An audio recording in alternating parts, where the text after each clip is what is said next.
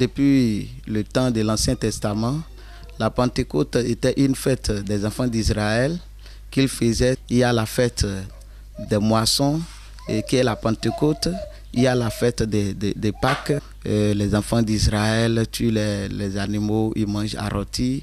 Et troisième, c'est la fête qu'on appelle fête des tabernacles. La signification de la Pentecôte s'est accomplie prophétiquement dans Actes des Apôtres chapitre 2. Et c'est un moment de la moisson que Dieu même aussi a amené des gerbes. Ce qu'ils ont sémé, en ce moment, il faut amener. Et cela est accompli dans Actes des Apôtres chapitre 2. Et nous voyons maintenant que le Saint-Esprit est descendu sur les apôtres. Et c'était une promesse, 50 jours après la Pâque. Donc cela aujourd'hui existe. Si je dis ça existe parce que nous sommes au temps de la plénitude du Saint-Esprit. Dans le monde, la Pentecôte. Mais ce qui fait mal aujourd'hui, les gens n'attendaient plus la Pentecôte. Les gens n'attendaient plus la Pentecôte.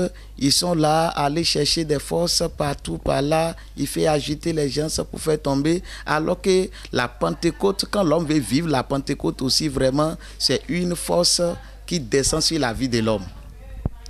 Et ça le fait transformer comme un chrétien. Et il devient une personne nouvelle.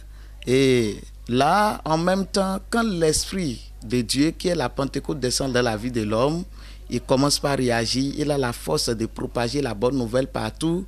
Il a la force de guérir les malades. S'il était voleur, il se transforme. S'il était un homme cupide, il n'est plus cette personne. Sa vie se régénère chaque jour. Nicodème a vécu cela.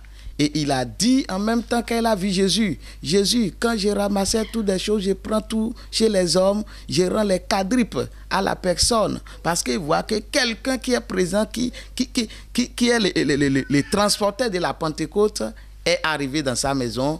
Il n'a plus peur de confesser ce qu'il faisait. C'est pour cela, aujourd'hui, quand vous voyez quelqu'un qui a déjà la vie de la Pentecôte en lui, vous allez voir un changement.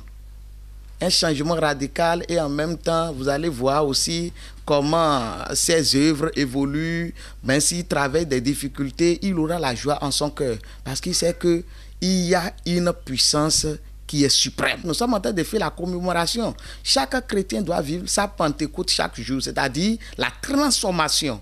Parce que la présence de la Pentecôte ne dit pas que nous allons manger, nous allons nous vêtir, mais c'est une transformation par le Saint-Esprit qui vit en nous. Et l'année passée, quand j'avais organisé la Pentecôte, le lundi de Pentecôte, il y avait plus de 20 personnes qui ont reçu le baptême.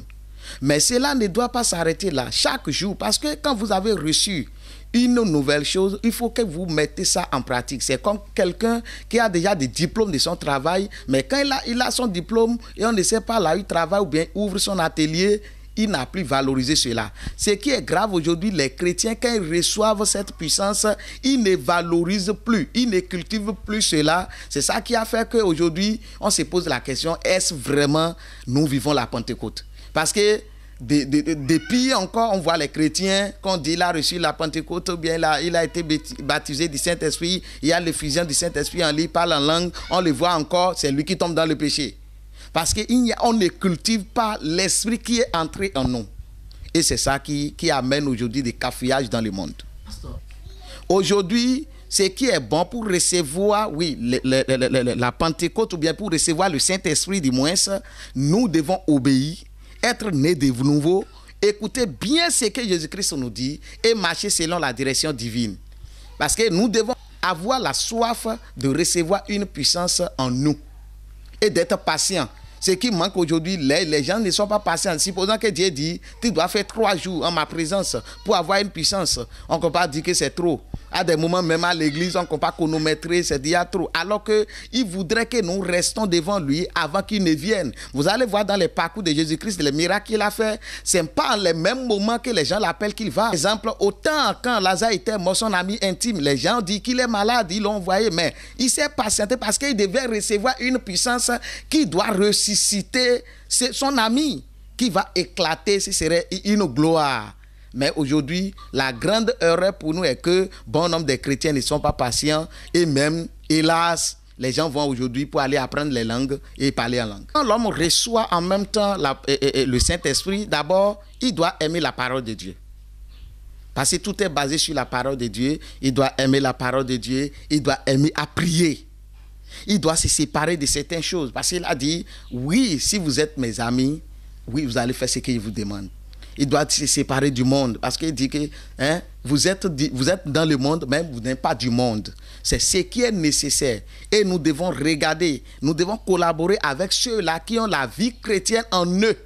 Et c'est là, la Bible, on dit un adage, le fait aiguise le fait. Quand nous marchons avec ceux-là qui sont déjà remplis de l'Esprit de Dieu, cela aussi va nous impacter positivement et nous allons devenir un chrétien authentique. Ce que je demande à tous les chrétiens est que chacun aspire à avoir le Saint-Esprit en lui et de cultiver cela.